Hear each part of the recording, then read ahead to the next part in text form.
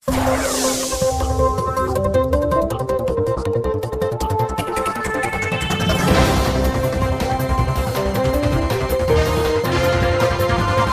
Report राजकुमार ओन वॾे में वॾो सरकारी अफ़सर बि नंढे में नंढे माण्हुनि जो नौकर आहे।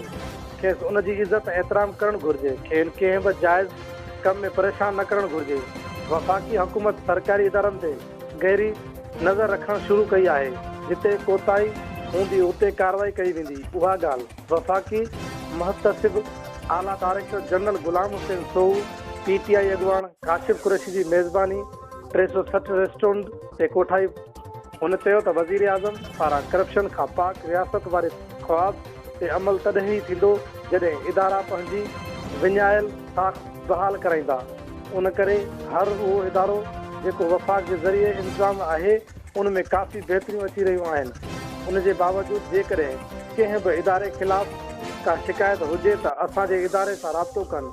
उन इनशा अल्लाह जल्द संदन दाद रसी कई वेंदी।